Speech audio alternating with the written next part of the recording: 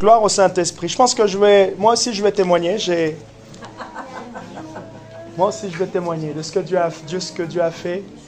En 2023, certains le savent que je suis à côté d'être enseignant. Je suis aussi formateur dans les domaines, les logiciels de bâtiment. Et là, je travaillais en 2023, j'avais 4 centres avec qui je travaillais. Donc, c'était des formations à distance, des personnes qui sont en même temps en emploi et qui sont en reconversion et donc ils se forment. Et j'avais un gros client qui, à partir de février-mars, a commencé à étaler les paiements sans aucune raison.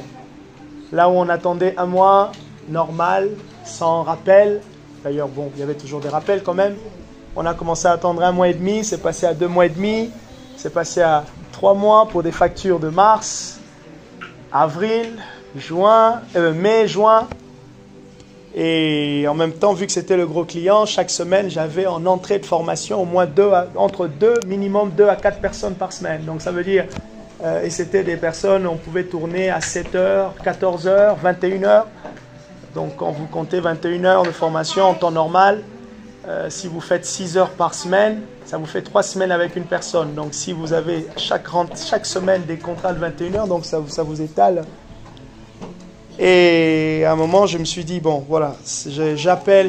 Des fois, c'est embêtant quand vous appelez, qu'on dirait vous réclamez, mais on vous doit, mais ça commence à être embêtant. J'ai claqué la porte.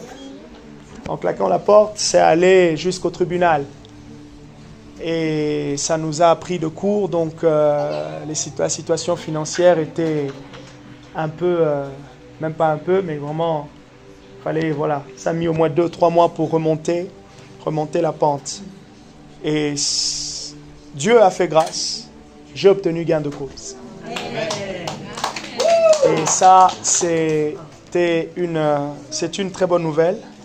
Mais ça demande de la patience.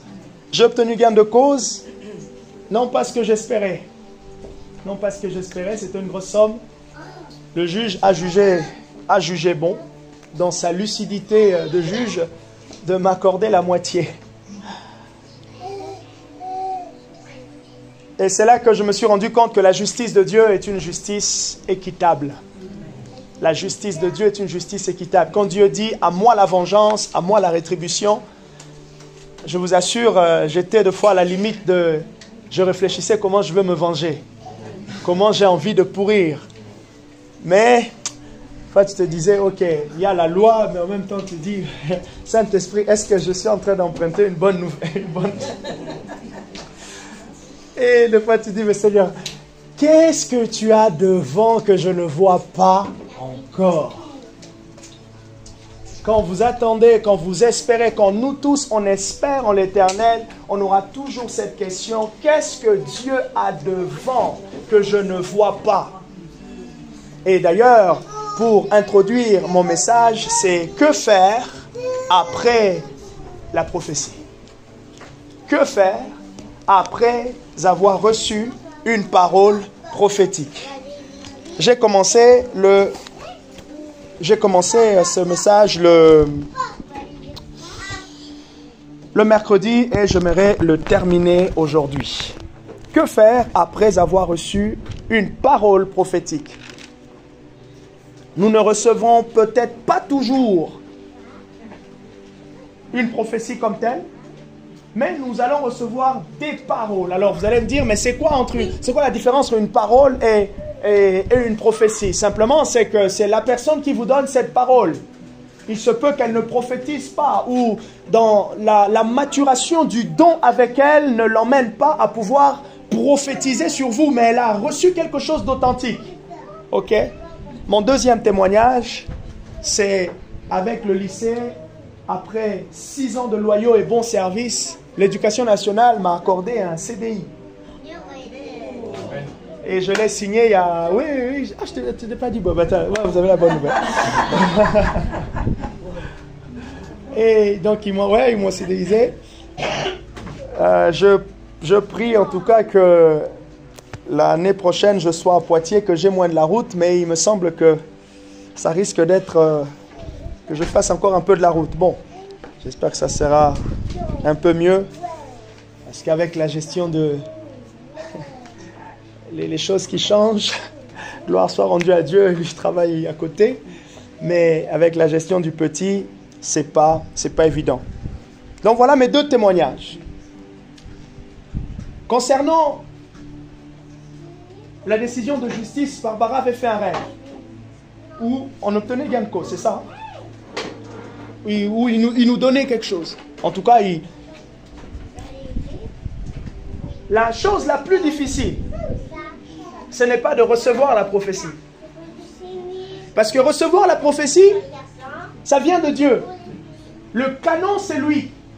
Recevoir, c'est la chose la plus facile. D'ailleurs, je nous encourage, je nous dis même à nous tous, recevoir de Dieu, c'est la chose la plus facile. Pourquoi? Parce que c'est le cœur du donateur, c'est celui qui donne, le cœur de celui qui donne. La chose la plus difficile, c'est de garder ce qu'on a reçu. La chose la plus difficile, c'est d'être patient. Et Habakkuk,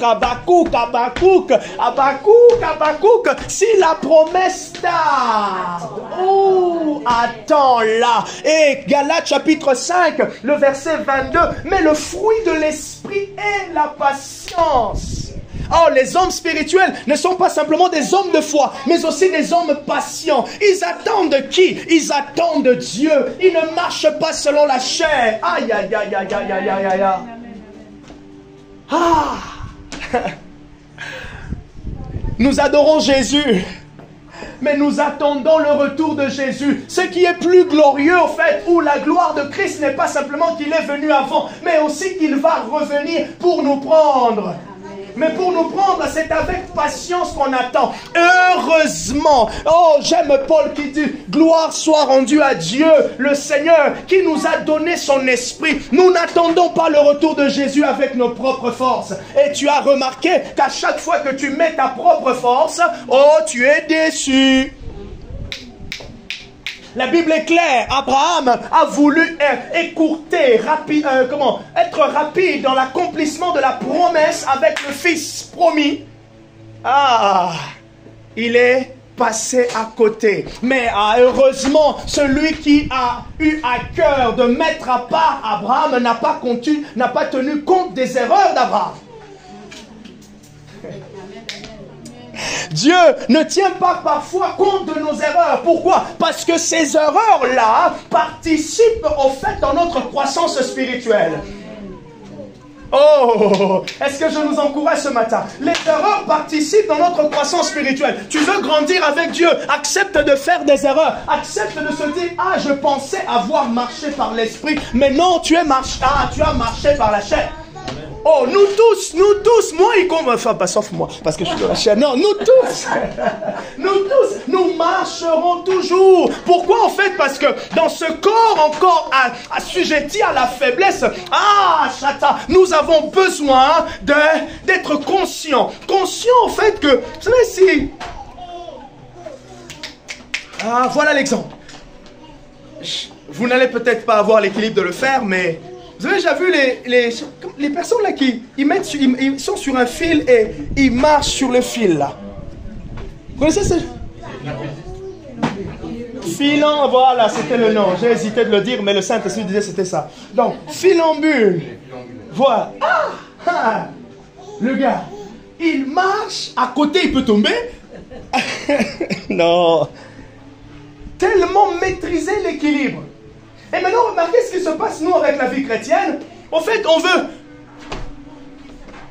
veut marcher comme ça, en fait. On est tout dans l'équilibre, tranquille, en fait. Non! Oh! Parce qu'à côté, il y a la chair. À gauche, il y a la chair encore. Et c'est pour cela Paul a dit, marchez par l'esprit. Et vous n'accomplirez pas les désirs. Or, à côté, c'est les désirs. À côté, c'est les désirs. Les désirs seront toujours là.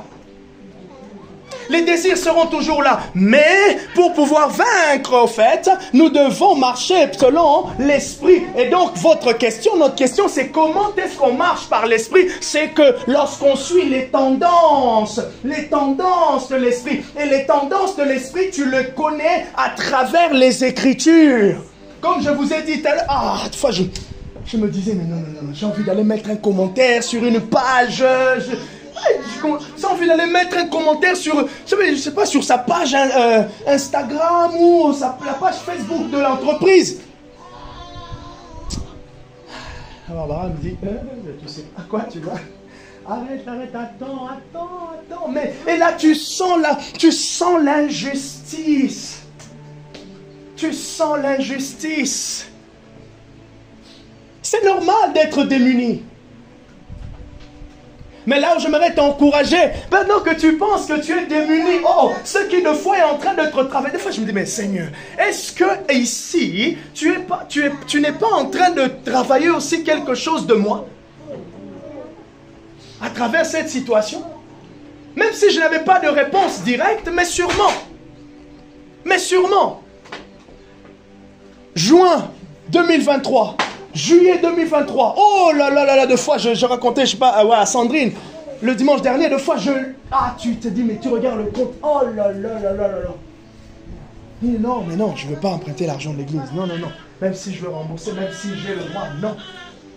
Et là, tu es là. Et tu dois prêcher. Et moi, je ne viens pas simplement prêcher, je viens recevoir pour donner. Je dois être... Est-ce que quelqu'un a...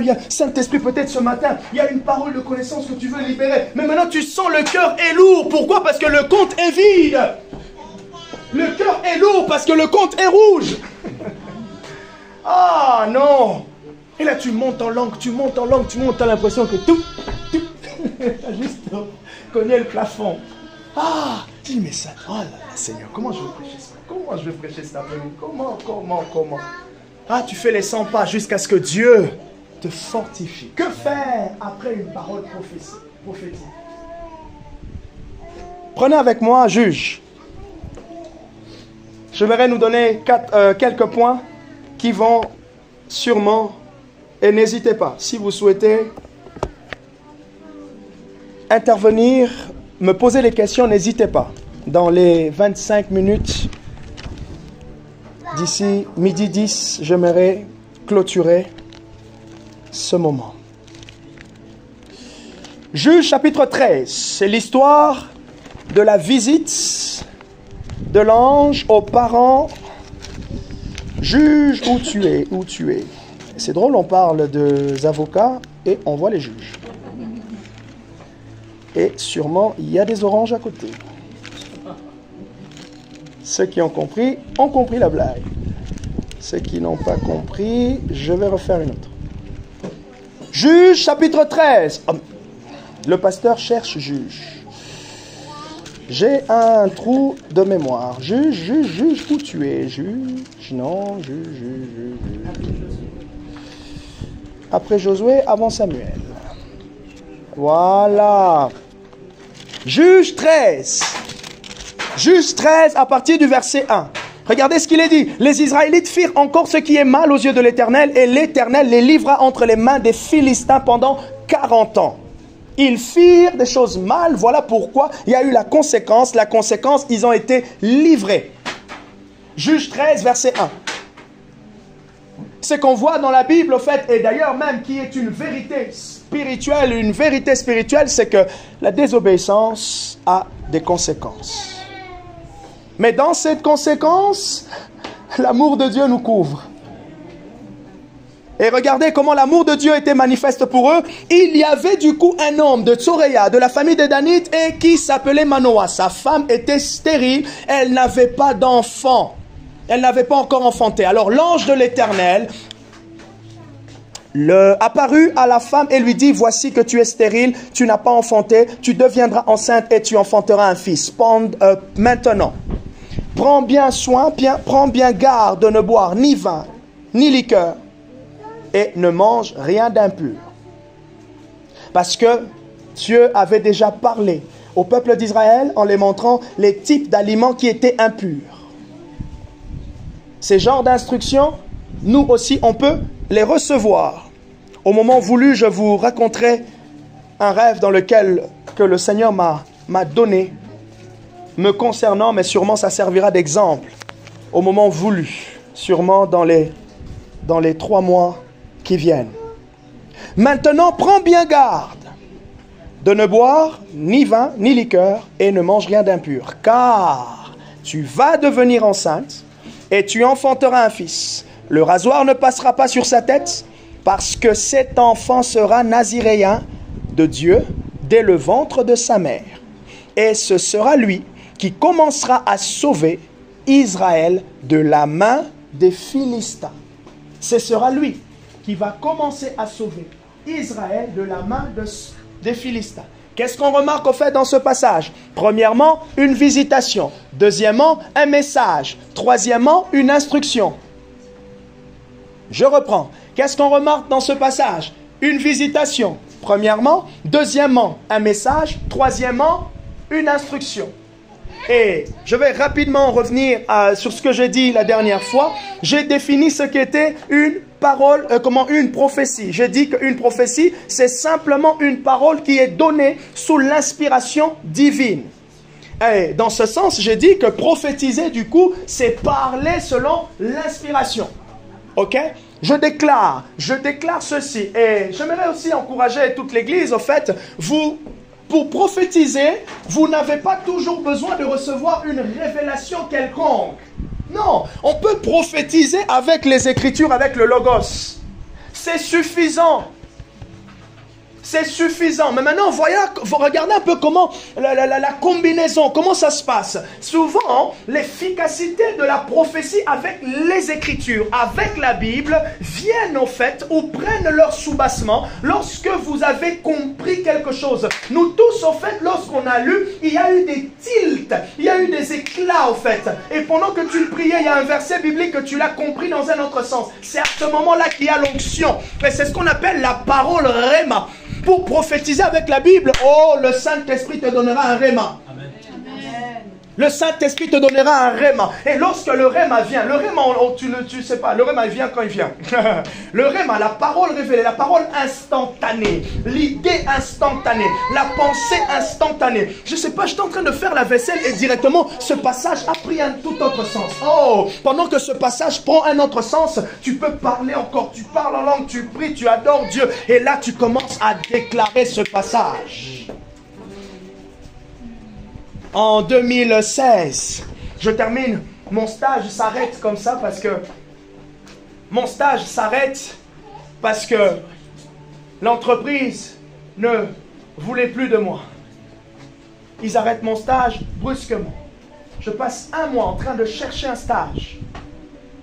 Quand vous avez le dernier stage de Master 2, vous avez 6 mois et que vous perdez, on vous dit que c'est obligatoire de faire au minimum au moins 3 mois, 3 mois et demi, 4 mois pour valider ton année. Je me suis dit non, il y a beaucoup d'enjeux ici. Il y a le mariage qui est déjà programmé, on ne va pas revenir en arrière, il faut qu'il y ait quelqu'un qui sort. La circonstance arrive, là tu es un peu découragé. Non, je dis ok, bon, j'ai 1 mois devant moi. J'ai commencé à chercher un stage. Il y a des jours, j'étais en train de prier le matin. Je priais le matin. Et un jour comme ça, où je priais le matin, je vous assure, j'ai tellement bien prié, je sentais que là, en fait, Dieu m'a dit, fais ce que tu veux car l'Esprit est sur toi. Et j'ai déclaré, avant la fin de ce mois, je dois trouver un stage. Je vous assure, quand j'ai fini de prier, je suis sorti, je continue à postuler. Et là, je passe vers une entreprise. Ça, j'ai vu ici, je ne suis jamais venu dans cette boîte. À Châtelaillon-Plage. Quand vous venez de La Rochelle, vous prenez, La Rochelle, Châtelaillon-Plage, vous prenez la sortie. Juste au rond-point, là, il y a une entreprise qui s'appelle Solis Construction.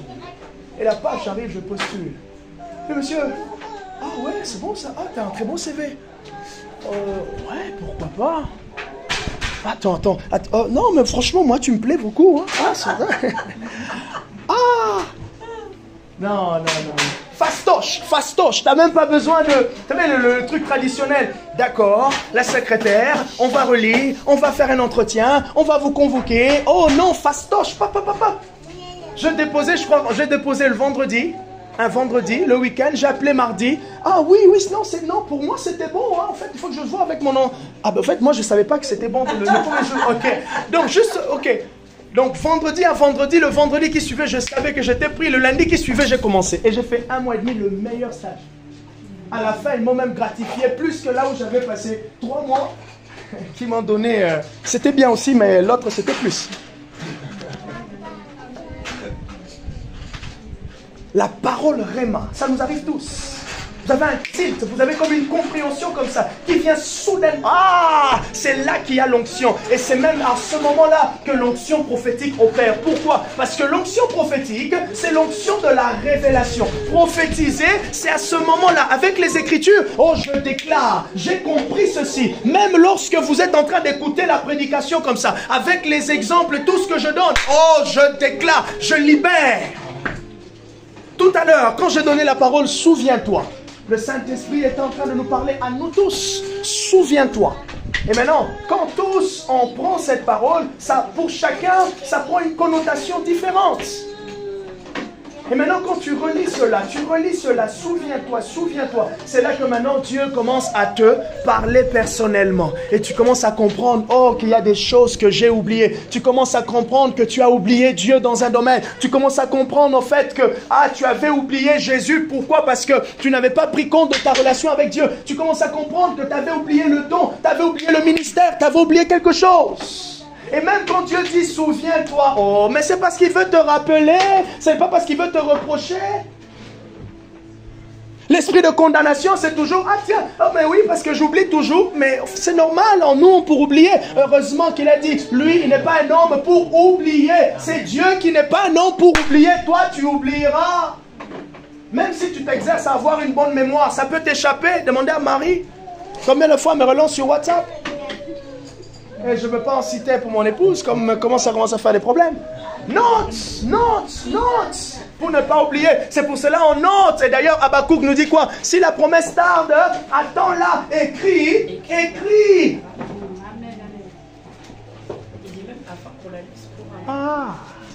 Afin qu'on la lise couramment.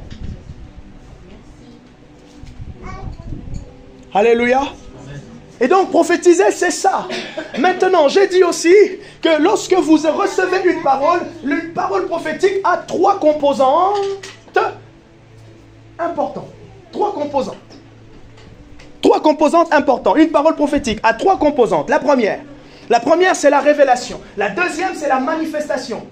Plutôt, la première, c'est la révélation. La deuxième, c'est la confrontation. Et la troisième, c'est la manifestation. Et ça, c'est très, très, très important parce que c'est ici que j'aimerais dire, non pas que nous échouons, mais c'est là, au fait, le point culminant. Quand quelqu'un reçoit une parole, cette parole, soit elle est nouvelle, soit cette parole, elle rappelle des choses. Ok? Donc, rien de nouveau. On m'a déjà dit ça plusieurs fois. Et j'ai souligné, si on vous a déjà dit ça plusieurs fois, c'est que Dieu il vous rappelle jusqu'à ce que cette parole maintenant fasse partie de votre compréhension. On m'a déjà dit ça plusieurs fois. D'accord. Alors, est-ce que maintenant, j'ai commencé à me conformer à ce qu'on m'a déjà dit plusieurs fois? On m'a déjà dit ça plusieurs fois. Donc, en fait, il y a quelque chose que devant Dieu, selon Dieu, tu n'as pas encore vu, tu n'as pas encore saisi. Voilà pourquoi il ne cesse de répéter. Et j'avais donné l'exemple du rêve avec Joseph.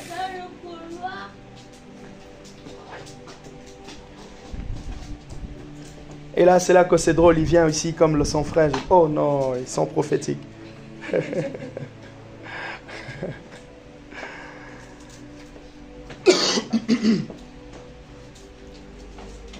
La révélation. Deuxièmement, la confrontation. La révélation, tu as reçu. Je ne savais pas. Dans la révélation, Dieu ouvre son cœur. Dieu montre ses intentions. Dieu dit clairement, Dieu se dévoile. Je ferai de toi. J'aimerai que tu. Dieu se dévoile dans la révélation. Maintenant, dans la confrontation, Dieu attend. Dieu attend en fait, est-ce que tu vas accueillir ou comment tu vas accueillir. Dans la confrontation, Dieu nous invite. C'est important de savoir que toute parole prophétique est une invitation. Toute parole prophétique est une invitation. Deuxièmement, toute parole prophétique révèle la pensée de Dieu, soit pour le présent, ou soit dans le passé, ou soit pour le futur. Qu'est-ce que Dieu dit pour moi présentement? Sois fortifié. Et ne cherchons pas toujours à ce que les paroles soient longues, avec beaucoup de détails. Un simple mot, un simple verset. D'ailleurs, c'est en utilisant simplement les 2 poissons et les 5 pains qu'on produit la multitude. Quelqu'un me dit, ah non, mais je n'ai reçu que ça, pasteur. Oh, tu commences à douter juste, mais c'est la porte d'entrée. C'est la porte d'entrée, juste cette parole-là, juste cette pensée-là. Ok? Tout prophète expérimenté, des fois il n'a pas tous les détails. Il a simplement un mot. Il attend maintenant le un mot. Il reste confiant avec le un mot. Et c'est lorsqu'il relâche maintenant le un mot que Dieu dit, que là il voit la porte ouverte. Qu'est-ce que Dieu a dit à Abraham? Sors de ta patrie, va dans une terre que je te montrerai. Est-ce qu'à ce moment-là, Dieu l'a dit que je ferai de toi une multitude? Une parole est une porte. Entre d'abord. Et lorsque tu entres, c'est là que tu verras maintenant tout ce qu'il y a dedans. Dans la confrontation, c'est l'un des stades le plus important car c'est ici que tout se joue. Dans cette étape, nous choisissons ou non de nous conformer à la parole qui a été donnée. C'est ici que nous avons beaucoup échoué. Mais on m'avait dit que je serais un grand homme de Dieu. Jusqu'aujourd'hui, rien ne s'est passé. En fait, jusqu'aujourd'hui, tu ne t'es pas conformé à la parole qui avait été donnée. Tu seras un grand homme de Dieu et tu continues à louper l'église. Tu seras un grand homme de Dieu et ta vie de prière n'a pas changé. Tu seras un grand homme de Dieu. Demandez aux grands hommes de Dieu, ils n'ont pas prié 1 heure, non.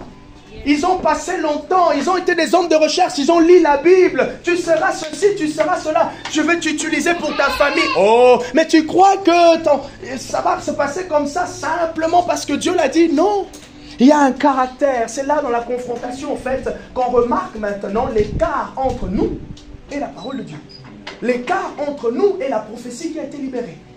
Je choisis cette ville, Poitiers, pour faire manifester ma gloire. Dieu invite. Mais est-ce que les leaders de Poitiers, est-ce que les leaders de la Vienne, est-ce que les pasteurs vont s'intéresser maintenant, Seigneur, comment on peut faire? Comment on peut faire?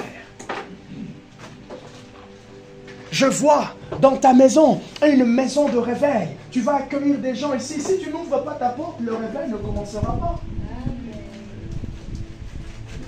Et nous avons reçu des belles paroles qui sont encore chaudement chaudes.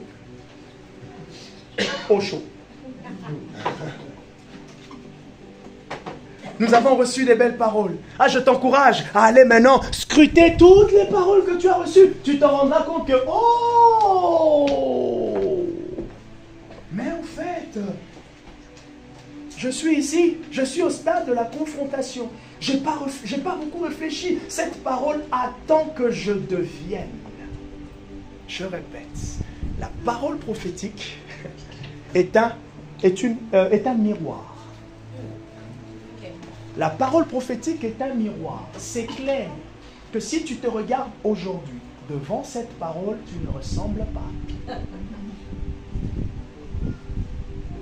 Personne à qui Dieu a prophétisé ressemblait à la parole, aux attendus de Dieu au moment où Dieu a parlé. Personne. Même dans la Bible. L'exemple, Abraham, Genèse 12. Il ne ressemblait pas. Quand Dieu l'a appelé, Abraham ne connaissait pas Dieu. Ne lisons pas la Bible comme si Abraham connaissait Dieu déjà avant et il a eu un rêve. Non, Abraham était païen. Il a rencontré Dieu dans le rêve. Mais cet homme, quand même, les Chaldéens, c'était un peuple qui était sensible à tout ce qui est surnaturel. Les Chaldéens, c'était un peuple, idolâtre. Donc les choses de Dieu, des dieux, hein, Dieu avec un petit d, les choses des dieux, là, les divinités, les rêves, les rencontres dans les songes et visions, il connaissait ça. Voilà pourquoi ça a tiqué. Et Job, il dit que Dieu parle tantôt d'une manière, tantôt d'une autre, et on y prend point garde. Donc, au fait, Abraham, lorsqu'il s'est réveillé de son rêve, s'est dit non, je n'ai jamais eu un songe comme ça. Et sûrement Dieu avait laissé un sceau. Et c'est ce que Job dit. Lorsqu'il donne les songes aux hommes, il laisse un sceau, un sceau, un sceau. Voilà pourquoi tu te réveilles et tu dis, non, ce rêve m'a parlé. Parce que Dieu laisse un sceau. Tous les rêves qui viennent de Dieu ont un sceau divin. Et quelqu'un qui est habitué à reconnaître le témoignage de l'Esprit saura que ça c'est ma journée. Et ça, ce rêve ici, c'est le rêve qui vient de la part de Dieu. Et c'est là, en fait, dans la confrontation, que tu commences à dire, ah, tu auras besoin de la patience. Tu vas te dire, ah oui, ça tarde. Et c'est là que tu vas te dire, mais là, ça fait un moment que je n'arrête pas de prier. Ça fait un moment que je n'arrête pas. Oui, posez la question à Marie. Posez la question à Marie, comment? Elle ne vous a pas dit, je lui ai donné une parole en décembre. Je lui ai dit, cette année ne terminera pas, tu auras du boulot.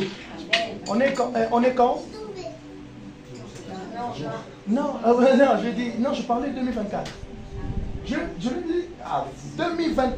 Ah non, prophétiser, Jésus, non. Et là, 2024 passe. Donc, comment interprétez-vous la parole que je lui ai donnée? J'ai tapé à côté ou c'était ça? Voilà ce que je vais nous encourager. Une parole prophétique, j'ai dit, c'est une invitation. Une parole prophétique ouvre toujours un champ devant toi. Une parole prophétique ouvre un champ, ouvre une atmosphère. Voilà pourquoi, en fait, dans le stade de la confrontation, on ne comprend pas tous les enjeux cachés derrière une parole. Et quand je dis une parole, c'est pas simplement dans un culte comme ça, quelqu'un vient te dire quelque chose, mais aussi tout ce qui se passe dans vos rêves. Dans les rêves.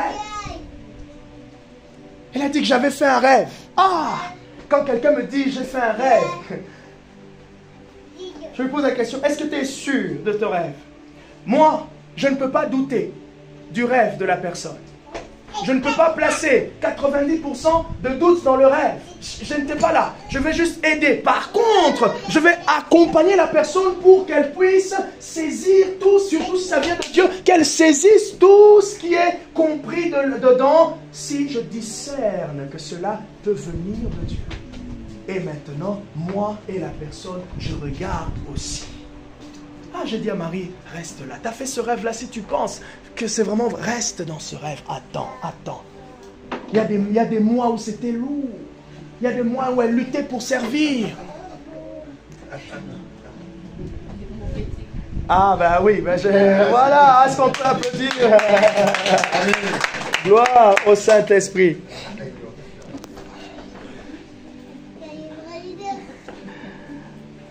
Il y a des jours où c'était lourd, mais la confrontation. Et il y a des jours où tu vas te poser la question, est-ce que vraiment ça venait de moi?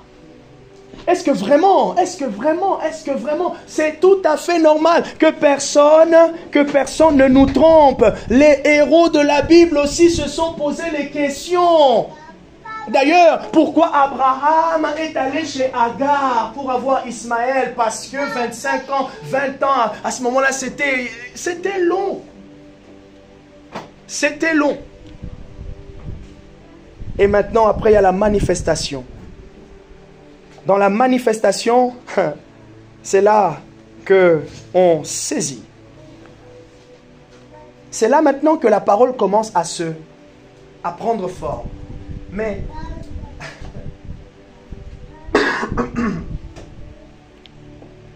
la parole prend forme, la prophétie prend forme selon le caractère de celui qui l'a reçu. J'ai dit que tu as reçu une parole, Dieu t'invite. Tu as saisi la révélation. Tu es maintenant en train de confronter. Ah, mais cette parole, Dieu m'encourage à beaucoup prier. Par rapport à notre texte de Juge, dans la confrontation, il y avait l'instruction pour la maman de Samson. L'instruction, c'était quoi? Tu ne boiras ni vin, ni liqueur. Pourquoi? Parce que ses fils est consacré. J'ai dit mercredi que nous ne recevrons pas tous une parole avec une instruction. C'est pour cela, certaines instructions, vous avez directement dans la Bible. Maintenant, quand tu commences à ressembler maintenant, ou tu cherches à ressembler à ce que Dieu a dit, Dieu t'a dit, c'est là maintenant que tu commences à attirer la manifestation de la prophétie. Et dans la manifestation, nous sommes plusieurs à attendre Dieu au moment où Dieu a déjà déclaré et déclenché. C'est maintenant nous, lorsque nous commençons à ressembler à la parole, que nous commençons à manifester la parole. Par exemple, on me dit que tu vas avoir un grand ministère. Je t'ai vu prêcher devant une grande foule. Ce qui est vrai, c'est que quand j'arrive mercredi ici, je reconnais la foule. J'ai la foule par la foi. J'ai la foule par la foi, mais dans le visuel, je n'ai pas de foule. Mais je sais que j'ai des foules invisibles. Il y a les anges. Amen. Les anges sont là. On est 4, comme je dis, on est 4, mais avec plus les milliers. Maintenant, quand on te dit ça, on me dit ça, Seigneur, je dois maintenant commencer à devenir.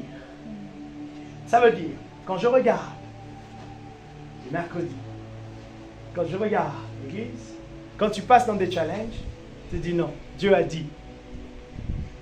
Dieu a dit. Vous voyez le stade de la confrontation? Vous voyez maintenant comment je dois amener la manifestation de la prophétie? Non, nous ne resterons pas comme ceci. Je sais là où Dieu nous emmène. Je sais là où Dieu m'envoie. Ok? Maintenant, je ne me limite pas à la déclaration. Tu seras grand, tu seras ceci, tu auras un grand ministère, tu vas faire ceci. Ok. Je commence à travailler. Mais je travaille qui? Je travaille Jean-Marc. Et Jean-Marc doit changer dans quoi? Jean-Marc doit changer dans son caractère. Et quand je parle de caractère ici, ce n'est pas simplement le caractère, je dois devenir une bonne personne. Non, il n'y a pas que ça.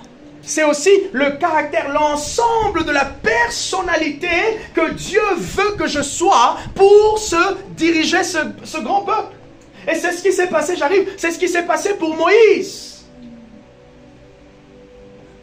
Ok? Je commence à travailler sur moi. Et c'est là maintenant que je vais rentrer dans des temps de prière. Des moments de prière où je peux questionner Dieu. C'est là que je vais lire des livres qui, je ne sais pas, comment diriger un ministère. Comment faire telle chose. Comment organiser. Et c'est pareil, comme quelqu'un qui a reçu une parole. La personne, elle sait, elle a reçu une parole, qu'il sera un grand prédicateur, il va prêcher, il commence à lire beaucoup la Bible. Je conseille, lis d'abord beaucoup la Bible avant de se dire, va à l'école théologique. Tu commences d'abord par apprendre de toi-même avec le Saint-Esprit et après tu iras dans l'école.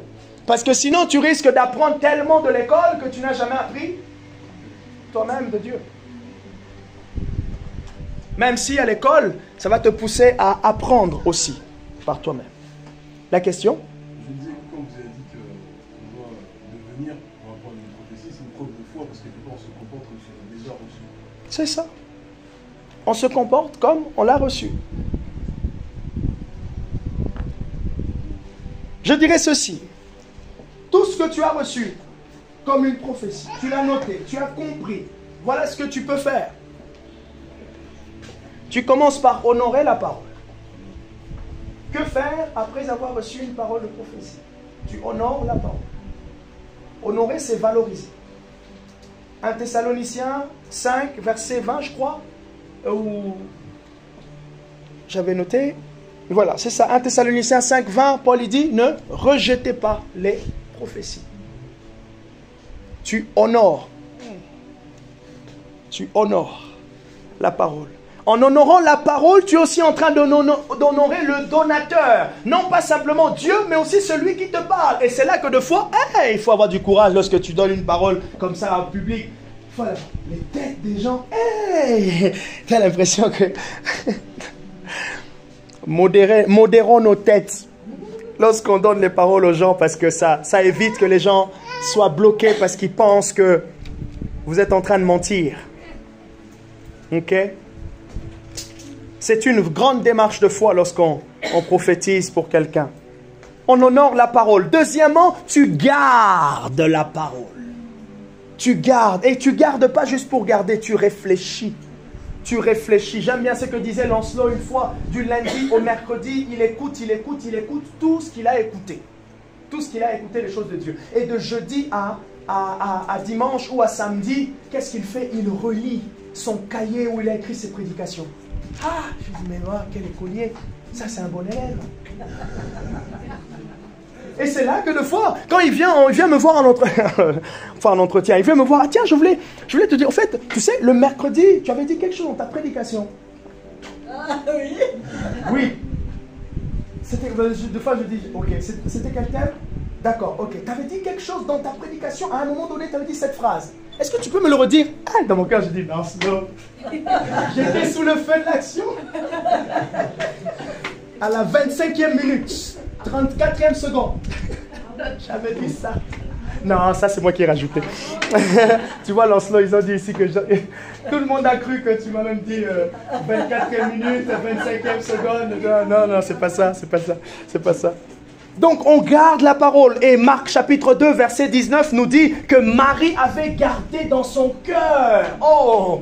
L'une des grandes difficultés qu'on aura tous, c'est de garder la parole au chaud, afin qu'elle ne périme pas. Afin que rien ne vienne la détériorer. Tu gardes la parole dans le cœur. Troisièmement, pendant que tu es en train de garder, tu engages la puissance de la prière. Tu pries et quelqu'un a dit, tu ne pries plus la parole. Seigneur, tu pries maintenant en remerciant Dieu pour ce qu'il a dit. Tu pries en remerciant Dieu pour ce qu'il a libéré. Pendant que tu es en train de prier en remerciant Dieu, tu es en train de te positionner dans la foi au fait de quelqu'un qui a reçu. De quelqu'un qui sait que Dieu ne ment pas. Tu te positionnes. Et c'est à ce moment-là, pendant que tu pries, que le stade de la confrontation aussi va opérer, où tu vas sentir aussi le doute monter. Et c'est normal. Lorsque tu as 15 personnes, tu as 5 personnes et Dieu te dit, 2021, il est temps que l'œuvre de Dieu prospère dans un rêve. Je vous ai déjà parlé de ça. Et c'est la saison dans laquelle nous sommes. Dieu me dit en 2021, on n'était pas dans la salle. Quand Dieu m'a dit en 2021 que l'œuvre de Dieu va prospérer, ta femme a déjà prospéré. Il a dit, il m'a dit, toi et ta femme, vous avez prospéré. Barbara n'avait pas encore son cabinet. Elle était encore en formation. Moi, je travaillais au lycée, ça faisait à peine 2 ans et demi. Maintenant, Dieu me dit que toi et ta femme, vous avez prospéré. Je vous pose la question. Il n'y avait qu'un seul salaire qui soutenait la famille. Qu'est-ce que tu fais? Dieu a dit. On est à la maison. On est à la maison. Covid. Quand le Covid est arrivé, le Covid a cassé. On commençait à être à la maison contre 15, 18 personnes, des jeunes qui venaient de partout, de certaines églises qui entendaient des jeunes comme ça. 15, 18 personnes. Si le Covid on n'était pas rentré en confinement, ça aurait été différent. Mais gloire soit rendue à Dieu, c'est mieux. C'est le meilleur. Covid est arrivé. En ligne, on a commencé les premières semaines, et pas on était nombreux. Déconfinement, on continue et tout, ça reprend un peu. Et après, M. Macron, encore en confinement en octobre, septembre. Et là, on rentre en 2021 et tout ça. Et c'est là, on s'est retrouvés. Marie-Josée, pour ceux qui la connaissent, Barbara et moi. Et Kétia en ligne, Tatiana. Donc, à la maison, on était 4, 3 de temps en temps. Et puis 3, 4 en ligne. Et en avril, Dieu a commencé à parler. Je commence à avoir des rêves, des visions. Et Marie-Josée, quand elle ferme les yeux, elle voit. Elle voit tellement que ça me dort. J'aime bien celle-là. Bref, ceux qui la connaissent. Et là, on commence à avoir des paroles. On nous voit dans un bateau qui va vite. Quoi? Je vais vite? Avec 4 personnes? Oh, je te vois dans un train. Ça court. Oh! Et j'ai commencé à comprendre au fait que Dieu était en train de me dire, c'est la bonne saison. T'inquiète pas que tu as perdu tous ces jeunes-là. Ils ont mon numéro, ils connaissent. J'envoie les messages tous les mercredis. Mais on est... Et c'est là que j'ai compris que, ah là, je suis resté avec le reste. Avec le reste. Mais avec ce reste-là, c'est pour passer. Et là, c'était clair, c'était une autre saison. Et c'est là que je fais ce rêve. Il est temps que l'œuvre de Dieu prospère. Ah, j'ai compris le rêve. Et Dieu me dit, c'est une opportunité pour le réveil. J'ai commencé à déclarer. Je priais pour le rêve. Je priais. Mais maintenant, ce qui manquait dans ce rêve, c'était l'action. Mais lorsque vous recevez une parole, vous l'honorez. Vous la gardez et vous priez. Parce qu'avec la prière, vous devenez ce que la parole attend. Parce que c'est en devenant ce que la parole déclare que vous manifestez la parole, aussi simple que ça. Ah, il y a des prophéties sur Poitiers. Posons-nous la question, pourquoi ces prophéties ne s'accomplissent pas? Et nous tous, on va dire, on attend Dieu. Oui, il y a sûrement un temps de Dieu. Mais le temps de Dieu, nous sommes déjà rentrés dans le temps de Dieu. Ne savez-vous pas qu'on parle déjà des temps de la fin? Quand est-ce qu'on parle des temps de la fin? Depuis que l'esprit a déjà été relâché. Nous sommes dans les temps de la fin. L'esprit a déjà été relâché. Donc le réveil, ce n'est plus à attendre. Le réveil, c'est maintenant. Le réveil, c'est le déclenchement, la compréhension que tu reçois maintenant de l'esprit. C'est maintenant le réveil. C'est maintenant, pendant que je suis en train de vous prêcher, tout ce qu'on est en train de vivre. On prie pour toi. Véronique qui se sent différente. C'est le réveil. La première fois elle est arrivée, je lui ai dit quoi? Si ceux qui se rappellent, un nouveau départ. Amen. Je me rappelle bien. Elle m'a dit oui. Je sais qu'elle ne voyait pas, mais moi j'ai déclenché la parole. Mais cette parole était quoi? Une ouverture. C'était un nouveau chant. C'était une atmosphère qui s'ouvrait devant elle. Et cette atmosphère maintenant, pas à pas, va s'accomplir. Et c'est ça. Pendant qu'on aspire au réveil, on se dit on va attendre comme le jour de la Pentecôte. Bouh! Et tout le monde commence à courir dans telle église. Ah! Je ne suis pas Dieu, je ne veux pas prendre la prétention, mais un homme qui s'appelle John Wesley, qui a été utilisé dans le réveil, il a dit, ça ne dépend pas 100% de Dieu, ça dépend aussi de nous. Ça dépend aussi de nous. Et je suis sûr, les ingrédients du feu, les ingrédients du réveil, lorsque l'église, comme on est là, dans les réunions là, chacun est en train de... tout le monde est encouragé, il prie pour l'un. Pourquoi le Saint-Esprit va se limiter? Pourquoi le Saint-Esprit va se limiter quand il a des vases disponibles? Et la grande limite auquel le Saint-Esprit vient toujours briser, c'est la limite de nos pensées. Voilà pourquoi Francis Frangipane a dit, parmi les trois terrains de victoire dans le combat spirituel, c'est la pensée, le diable, et j'ai oublié. Francis Frangipane. Oui, Frangipane, oui, je sais à quoi vous pensez. Ce n'est pas grave, ce n'est pas grave. C'est l'inventeur de la Ce n'est pas grave, on s'approche de midi, c'est normal. Et quatrièmement, il faut savoir que une parole prophétique ouvre toujours un champ de combat spirituel. Une parole prophétique ouvre toujours le champ du combat spirituel. Tu as reçu des paroles bénédictes sur ta vie, sur ta famille. Ah, je t'assure, mais tout le monde l'a entendu. Tout le monde l'a entendu. Et pas toujours les bonnes personnes. Dieu t'appelle à pouvoir le servir. Le combat. Non, il ne doit pas, parce que derrière ton service, il y a l'avancement du royaume. Et qui ne veut pas que le royaume avance? Ah là. Le combat spirituel, c'est réel. Mais C'est un combat dans lequel on rentre comme des enfants. On a déjà vaincu. On est enfants dans le domaine de la foi, mais nous sommes des grands dans le domaine, dans la manière dont on applique la foi. Et je sais qu'il y a un combat spirituel. Quand Dieu a déclaré cette parole pour moi, combat spirituel bien sûr envers moi, mais combat spirituel aussi dans l'atmosphère. Ah, mais, tant qu'on a encore le souffle, encore là, ils m'ont sédéisé. Un poids en moins. Éternel Dieu, aujourd'hui, qui veux-tu encore souffler dans cette œuvre? Ah, j'utilise la plateforme de l'église pendant que je prêche pour nous réveiller. Afin qu'on ne reste pas au même endroit.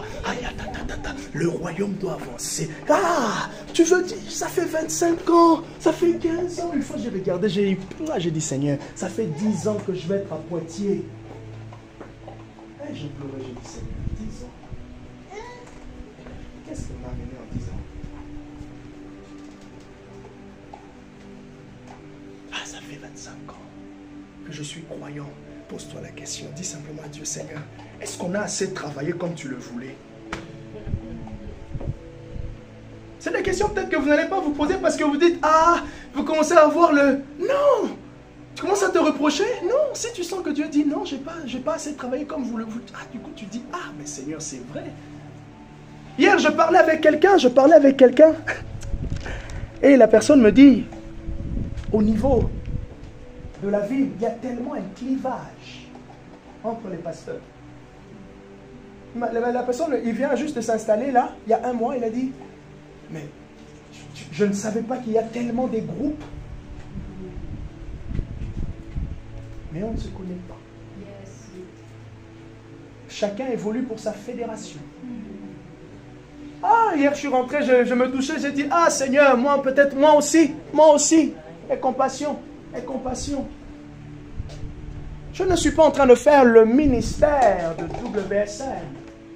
Non, je sers Christ. Et Dieu veut pas faire grandir son royaume et non pas ton ministère.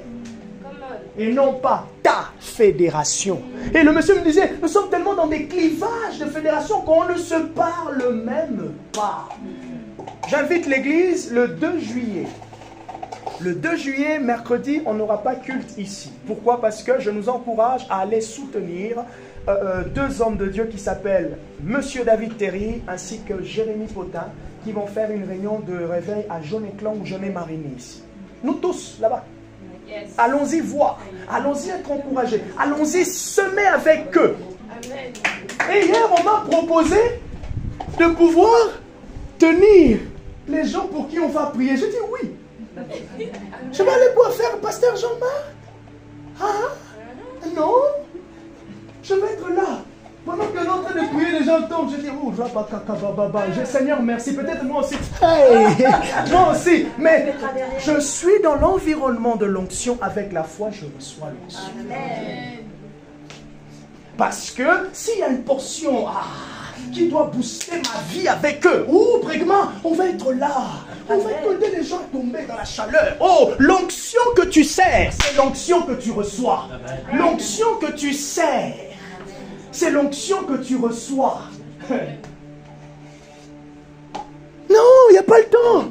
Il n'y a plus le temps. On n'est pas là à faire les fiers. Non. Sous la chaleur. Le mouchoir là. Je m'essuie. Oh, pas, elle tombe là. Je me dis, continue à prier. Et pendant que je suis en train de prier comme ça, il y a 250 personnes, 25 personnes. Je n'ai peut-être pas encore eu des cas de 25 personnes dans mon église, mais là, j'aurai 25 personnes dans lesquelles le don de parole de connaissance va être aiguisé. Je veux voir des choses. Le Saint-Esprit. Ah! Thibaut aussi, tu seras là, on sera ensemble. On m'a même proposé de pouvoir prendre 2 personnes en plus. J'ai dit, mais non, 2 personnes. Il y en a une. Moi, je suis déjà là. Mais je serai là. Si possible, je vais aider. Et c'est ce que je nous encourage tous, déjà pour participer. Parce qu'on sera bénis. Parce que vous allez voir peut-être ce que vous ne voyez pas avec moi. Et puisque vous allez voir, ça va susciter la foi. Moi, je vous attends au retour. Et c'est là maintenant qu'on va monter. Parce qu'il y a Yeshua qui arrive. Et c'est l'œuvre de Dieu. Les cailloux vont être brisés. Les cailloux vont être brisés. L'incrédulité dans la ville. combat spirituel. Ils vont prier pour les malades, les différents cas, mais c'est un combat spirituel. Et si les pasteurs ne se bougent pas, si les pasteurs, les leaders ne se bougent pas, il y a un principe biblique, l'onction descend de la tête. Il faut que la tête soit tellement ouverte pour que le déversement de l'esprit soit possible au peuple. C'est pour cela Dieu, de fois dans sa sagesse, il voit que ce leader, il est trop fermé. Mais il y a une dame là, qui fait le ménage. Je ne dis pas que ceux qui font le ménage, il y a juste quelqu'un là qu'on ne tient pas toujours compte, qui est là au coin. Mais cette personne, Dieu dit, voilà la dame que je cherchais. Voilà le cœur que je cherchais. Et il commence à faire des choses dans l'église. Le pasteur qui a la tête, il est tellement haut qu'il ne voit même plus. Il est tellement haut, il ne voit même plus. Et c'est là que je dis, pasteur, pendant que vous... Juste avant, il ne fallait pas lire la Bible avant, pasteur, parce qu'il y a un ange qui voulait vous parler. Mais... Commence à rentrer en confrontation. Et pourtant, non, la parole est l'esprit. Combat spirituel. Et dans ce combat spirituel, tu es leader, tu es pasteur, tu as peur. Non, tu as peur. Tu as peur de quoi? Tu as peur des démons? Tu as peur de ne pas dormir? Tu as peur qu'un ange les démons te visitent dans la nuit? Mais ça fait partie du métier. Ça veut dire que tu les as dérangés. Ça veut dire que tu as tellement pris des gens. Ça veut dire que ce que tu es en train de faire, tu te positionnes tellement bien que le diable dit non, non, non, je pense qu'il faut que je l'attaque lui. Tu as un bac en théologie et tu as peur des démons. Non. Après, quand tu sais qu'il y a le combat spirituel, tu te reposes. J'ai fait un rêve une fois. J'étais dans un combat avec flèche. Maintenant, ce qui était drôle dans ce rêve, il y avait quelqu'un qui était plus aguerri que moi. Je savais que c'était Jésus. Cette personne, chaque. Mais du coup, en fait, c'était avec lui qu'on était en train de tirer des flèches. Et ce qui est drôle dans le rêve, avant que moi je tire la flèche, je le voyais tirer sa flèche et je tirais après lui. Quand je me suis réveillé, j'ai compris que Dieu était en train de me former. C'est ça. C'est comme ça que Dieu forme. C'est pour cela que je dis, dans les prophéties, pendant la prière, c'est le soubassement au fait de toute la formation au combat spirituel. Le combat spirituel, tu n'as pas besoin simplement de déclarer. Mais comment est-ce que tu revêts l'armure? Tu revêts l'armure avec la foi. Mais il y a une dimension de foi, de conscience de la foi. Un homme qui s'appelle Smith Wigglesworth, il disait, une fois on l'a amené à un cas. Il a dit, il a prié pour la première fois. Il a prié une deuxième fois. Il a senti que le niveau de sa foi n'avait pas amené le résultat comme les autres dans les cas précédents. Il a dit, j'ai fait appel au ciel. Et il emploie un terme comme s'il a dit, je suis allé monter dans les ressources divines qui étaient à ma disposition. J'ai dit, mais non, cet homme, il savait. Il a dit, j'ai fait appel au ciel à tel point que c'est inhabituel pour moi de prier à plusieurs reprises. Donc si pour lui il s'arrête à 3 fois, s'il a fait 6 fois, c'est anormal pour lui. Bon, moi et toi on fait combien? Ce n'est pas grave, nous aussi, moi aussi j'ai ma mesure. Mais vous comprenez juste au fait qu'il avait tellement conscience de Dieu. Et c'est cette conscience-là que le Saint-Esprit veut répandre dans l'église. C'est l'église étant conscient de son époux qui emmène le réveil. C'est l'église étant conscient de Christ. Non, ça n'attend pas. Ça n'attend pas demain, c'est maintenant. C'est pour cela une femme qui s'appelle Catherine Crick a dit, le réveil c'est maintenant. C'est maintenant. Et on engage lorsqu'on a fini l'obéissance. L'obéissance c'est lorsqu'il y a des instructions. Comme la femme de la maman de Samson. Tu engages l'obéissance. L'obéissance pour la maman de Samson c'était quoi? Ne bois ni liqueur ni vin, voilà. Ne mange rien d'impur. Et si tu n'as pas une parole qui a une obéissance, t'inquiète pas.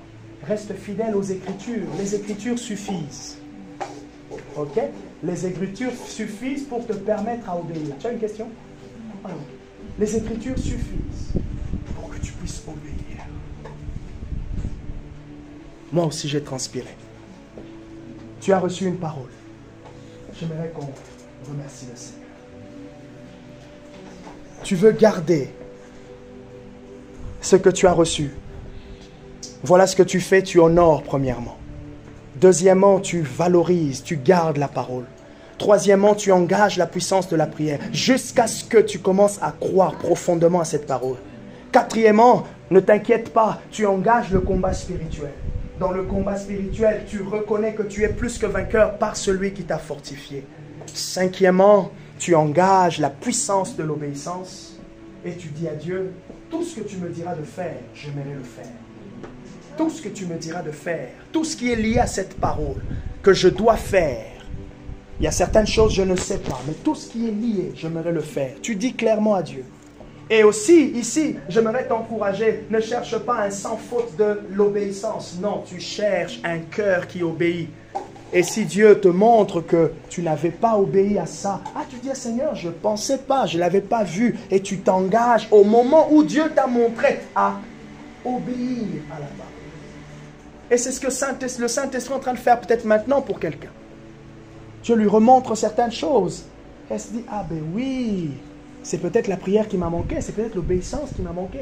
Et ça touche aussi des fois sur des prophéties où Dieu vous encourage à bénir, à semer. Faites-le. Ça va peut-être, vous allez peut-être puiser dans vos ressources, dans vos économies. Faites-le selon la conviction de l'Esprit.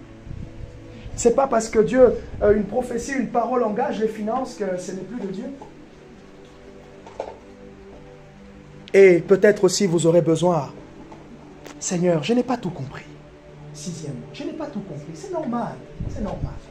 Seigneur, je n'ai pas compris cette prophétie. Je n'ai pas compris cette parole. Seigneur, je suis surpris. Seigneur, donne-moi. Amène-moi à comprendre. Saint-Esprit, nous sommes tous quelque part. Mais merci parce que tu ne veux pas qu'on reste là où nous sommes. Nous allons aller avec toi. Parce que ce qui est devant nous est meilleur. Autant, Seigneur, que ce qui s'est passé, nous avons pu te rendre gloire dans le passé. Nous te rendons gloire pour le présent, mais nous te bénissons aussi pour le futur. Pour tous ceux qui se sont retrouvés dans les points, que le Saint-Esprit vous fortifie. Et si vous avez besoin des cas personnalisés, qu'on puisse personnaliser ce message avec des questions, avec des exemples vous concernant, nous allons le faire et avec le Saint-Esprit, on trouvera la sagesse. Je te bénis pour ce que tu es. Nous te bénissons pour ce que nous sommes en toi ce matin. Nous disons Amen. Amen. Que Dieu nous bénisse. Je vais demander à Prégma de passer pour les offrandes. Comme annonce, nous rentrons à partir de mercredi en mode Yeshua. Nous allons commencer à prier intensement pour ça. Nous allons prier aussi spécialement pour ce programme qui arrive au mois de juillet. Donc, ce n'est pas le mercredi prochain, c'est le mercredi dans une semaine. Si vous souhaitez, il me semble, j'ai rencontré une des personnes le plus proches en tout cas, qui m'a dit qu'il y a encore, apparemment aujourd'hui, il y a 200 places. Donc, la salle qu'ils ont louée, c'est 350 places. Donc, si vous souhaitez participer, c'est 15 €. Vous allez directement sur le site, ce n'est pas à WSM. WSM n'a rien dedans, si ce n'est l'encouragement et l'attente de Dieu pour ce programme. Ok? Donc, je sais que nous allons aller bénir, nous allons aller participer parce que c'est des choses auxquelles aussi nous sommes appelés et ce sont des choses que nous honorons, nous croyons et nous encourageons cela parce que cette ville est à Jésus. Amen. Et Dieu est en train d'ouvrir, d'œuvrer. Vous savez, l'œuvre de Dieu c'est une équipe. Il y a des moments, Dieu, même s'il t'appelle à de grandes choses, mais avant que ce soit toi qui es mis en avant, il y a d'autres personnes qui sont... Donc nous sommes en train de creuser et ils viennent creuser et nous allons les accompagner par la prière, par la joie, par notre participation à ce programme. Vous êtes libre mercredi 2 juillet à partir de 18h ou 19h, hein, c'est ça? Et ça dure 4 heures. Vous pouvez participer selon le temps. Nous prions que le temps soit modéré pour qu'on puisse bien vibrer et qu'au-delà de la chaleur spirituelle, que la chaleur soit atténuée. Donc, toute l'Église, vous voulez y participer, faites passer le message. Vraiment, soyons là-bas pour soutenir Jérémy Potin et David Terry pour ce programme.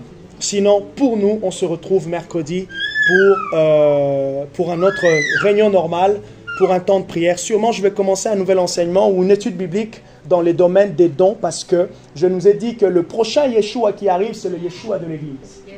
Alors, quand je dis Yeshua de l'église, c'est que ce n'est pas juste moi qui va donner les paroles, qui va prier. Non, c'est tout le monde. Ok? Tout le monde. Voilà, donc je nous encourage à pouvoir,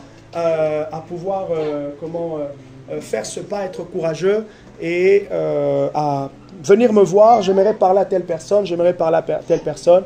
Donc, pour que je puisse aussi bien gérer toute cette soif, cette audace, ce zèle que nous avons. Puisque c'est le Yeshua de l'Église, je sais que le Saint-Esprit va œuvrer différemment.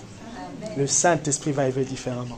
Et j'encourage, je suis content pour ceux qui emboîtent le pas, d'aller prier pour les uns pour les autres, parce que tout le monde est fils et tout le monde peut, tout en étant dans un coaching, dans un mentorat spirituel. Il y a quelqu'un qui pense que sa vie, c'est une parole qui m'a été donnée, qui pense que sa vie est un échec. Il y a quelqu'un qui pense que sa vie est un échec. Si cette parole vous parle, venez me dire à la fin et nous allons prier ensemble avec la personne qui a reçu cette parole. Je crois que j'ai tout dit pour ce matin. Merci à Dieu pour le temps. On ne va pas peut-être beaucoup tarder pour qu'on aille tous se mettre au frais. Que Dieu nous bénisse. Je vais demander à Barbara de prier pour la fin, s'il te plaît. Et soyez bénis, Lancelot, Emmanuel, Tatiana.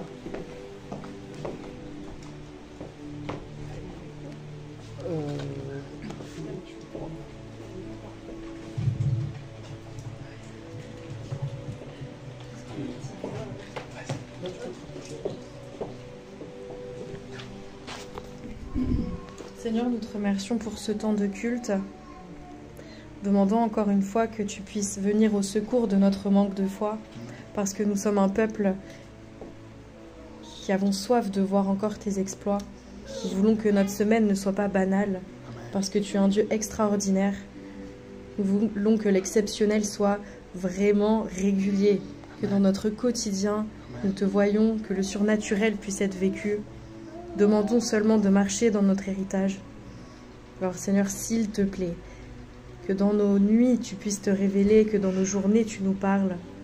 Demandons encore que notre cœur ait envie de te voir, que notre cœur soit naturellement tourné vers toi et que cette semaine porte du fruit. Que la joie du Seigneur soit sur notre visage et que nos corps encore puissent être pleins d'énergie. Et nous demandons que tu nous bénisses parce que il doit y avoir une différence entre une vie qui a Dieu et une vie qui n'a pas encore Dieu. Amen. Alors je veux que dans ma vie, les gens puissent dire « Oh, tu as beaucoup de chance, toi. Effectivement, je suis une personne bénie. » Amen. Et nous le prions dans le nom de Jésus-Christ. Amen. Amen. Bon dimanche.